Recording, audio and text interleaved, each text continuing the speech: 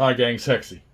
So, the wardrobe and I are driving right along with GTS, and we jumped into scenario 2, where it is a fictional full blown attack of the Arrietty Division. And you have deployment.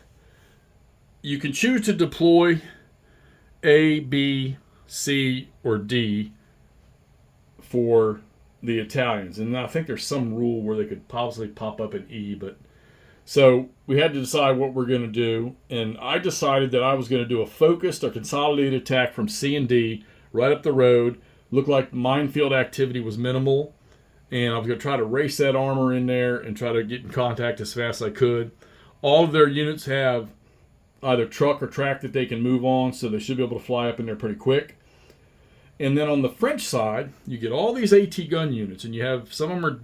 Each of the AT gun units has a phony dummy counter, and then you have 2 or 3 actual dummy counters that all look the same. Here, let me show you one. They say gun unit on their front side, right? But some of them will have the actual unit. So we blindly place those dummy units in particular spots around the perimeter. And then what we're doing is, well, what I'm doing, Todd, maybe, I don't know if he's doing the same or not, but we know that most of them have a range of 6. The French player can flip the dummy units over any time he wants. If he doesn't, and he flips it when a unit moves forward, he decides to flip it. Even if he's in it, what would be his fire zone, he doesn't get the opportunity to fire because he just revealed himself. So he's not available to shoot. Now, I was fortunate because all my dummies that were no guns ended up there somewhere, except for maybe one.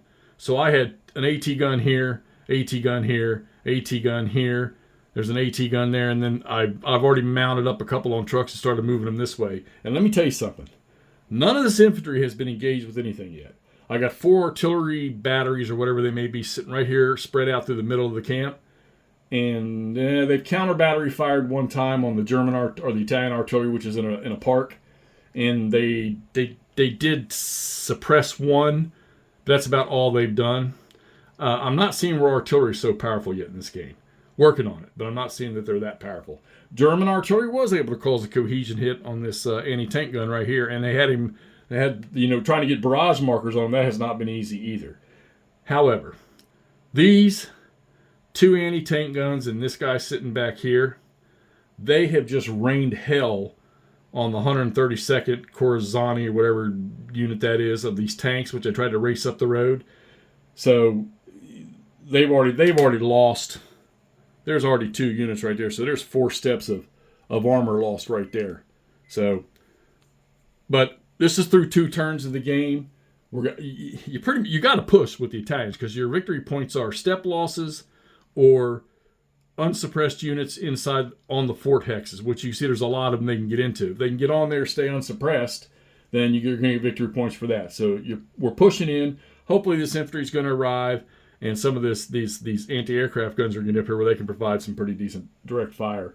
Turn 2's over. The starting chit for the next turn is going to be with the 132nd, which is these guys right here who, bless their little souls, they need it badly.